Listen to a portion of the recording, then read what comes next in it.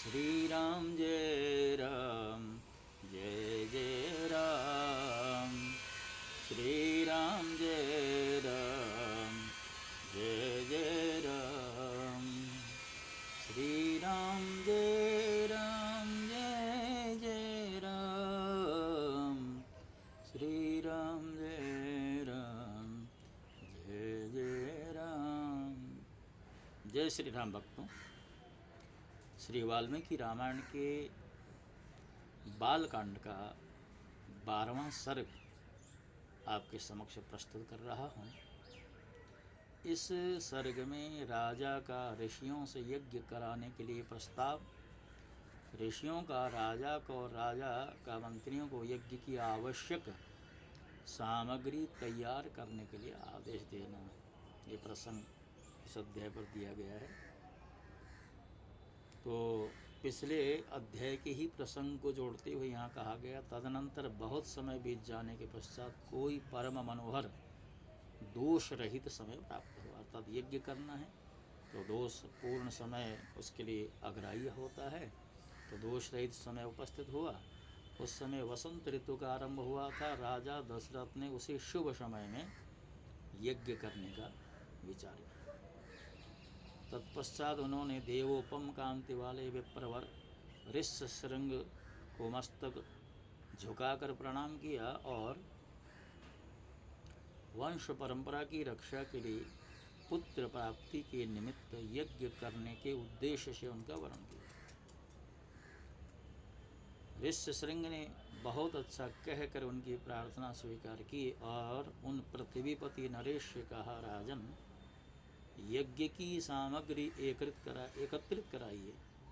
भूमंडल में भ्रमण के लिए आपका यज्ञ संबंधी अश्व छोड़ा जाए और सरयू के उत्तर तट पर यज्ञ भूमि का निर्माण किया जाए। तब राजा ने कहा, हे सुमंत्र, तुम शीघ्र ही वेद विद्या के पारंगत ब्राह्मणों तथा ब्रह्मवादी ऋत्विजों को बुला लो। सुयज्ञ वामदेव, जाबाली, काश्यप, पुरोहित, वशिष्ठ तथा अन्य जो श्रेष्ठ ब्राह्मण हैं उन सबको बुलाओ। तब शीघ्रगामी सुमंत्र तुरंत जाकर वेद विद्या के पारगामी उन समस्त ब्राह्मणों को बुला लाए। धर्मात्मा राजा दशरथ ने उन सब का पूजन किया और उनसे धर्म तथा अर्थ से युक्त मधुर वचन कहा।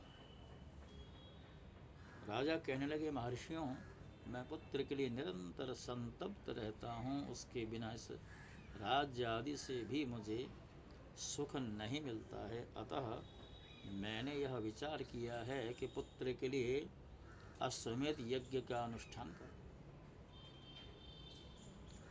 इसी संकल्प के अनुसार मैं अश्वमेध यज्ञ का आरंभ करना चाहता हूँ। मुझे विश्वास है कि ऋषिपुत्र ऋष्यशृंग के प्रभाव से मैं अपनी संपूर्ण कामनाओं को प्राप्त कर लूँगा।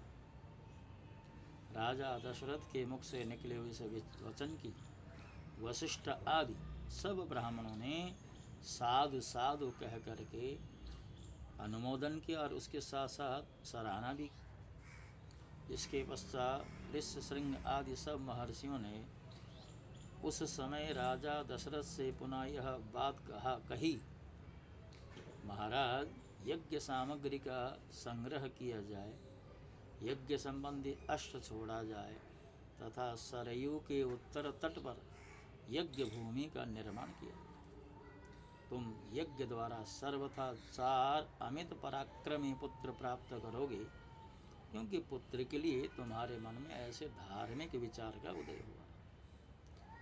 ब्राह्मणों की यह बात सुनकर राजा को बड़ी प्रसन्नता हुई। उन्होंने बड़े हर्ष के साथ अपने मंत्रियों से यह शुभ अक्षरों वाली बात कही, गुरुजनों की आज्ञा के अनुसार तुम लोग शीघ्र ही मेरे लिए यज्ञ की सामग्री जुटा लो। शक्तिशाली वीरों के संरक्षण में यज्ञ अश्व छोड़ा जाए और उसके साथ प्रधान ऋत्विज भी रहें। सरयू के उत्तर तट पर यज्ञ भूमि का निर्माण हो। शास्त्रोक्त विधि के अनुसार क्रमशः शांति, कर्म, पुण्यावाचन आदि का विस्तार पूर्वक अनुष्ठान किया जाए जिससे विघ्नों का निवारण हो। यदि श्रेष्ठ यज्ञ में कष्टप्रद अपराध बन जाने का भय न हो तो सभी राजा इसका संपादन कर सकते हैं, परंतु ऐसा होना कठिन है, क्योंकि ये विद्वान ब्रह्म राक्षस यज्ञ में विघ्न डालने के लिए छिद्र ढूंढा करते हैं। विधिहीन यज्ञ का अनुष्ठान करने वाला यजमान तत्काल नष्ट हो जाता है। अतः मेरा यह यज्ञ जिस तरह विधिपूर्वक संपूर्ण हो सके वैसा उपाय किया जाए। तुम सब लोग ऐसे साधन प्रस्तुत करने में समर्थ हो। तब बहुत अच्छा कहकर सभी मंत्रियों ने राजराजेश्वर दशरथ के उस कथन का आदर किया और उनकी आज्ञा के अनुसार सारी व्यवस्था की। तत्पश्चात उन ब्राह्मणों ने भी धर्मज्ञ नृपश्रेष्ठ दशरथ की प्रशंसा की और उनकी आज्ञा पाकर सब जैसे आए थे वैसे ही फिर चले गए। उन ब्राह्मणों के चले जाने पर मंत्रियों को भी विदा करके वे महाबुद्धिमान नरेश अपने महल में चले गए। भक्तों के साथ साथ इस सर्ग को यहाँ पर विश्राम दिया गया है और ये सर्ग भी काफ़ी छोटा, इसमें मात्र 22 श्लोक हैं। अगले अध्याय में राजा का वशिष्ठ जी से यज्ञ की तैयारी के लिए अनुरोध आदि करना और उसके बाद क्या कुछ हुआ है आगे, ये सारी चर्चा अगले सर्ग में आपके समक्ष रखी जाएगी। और जैसा कि आपको ज्ञात है, मैं हमेशा ही, चाहे वो श्रीमद् भागवत की बात करें, चाहे विष्णु पुराण की बात करें, चाहे वाल्मीकि रामायण की बात करें, तो चाहे वो अध्याय हो चाहे सर्ग हो, तो मैं एक ही सर्ग या अध्याय की श्रृंखला आपके समक्ष प्रस्तुत करता हूँ। तो आज की इस सर्ग की पूर्णता के साथ आज की श्रृंखला को भी पूर्ण मान करके मैं अपने आप को विश्राम दे रहा हूँ। और यदि आपने मेरे चैनल को अभी तक सब्सक्राइब नहीं किया है तो आपसे अनुरोध करता हूँ कि अवश्य सब्सक्राइब कर दें, ताकि मुझे आगे बढ़ने में और भी अधिक उत्साह की प्राप्ति हो। ओम श्री रामाय नमः। ओम नमो राघवाय।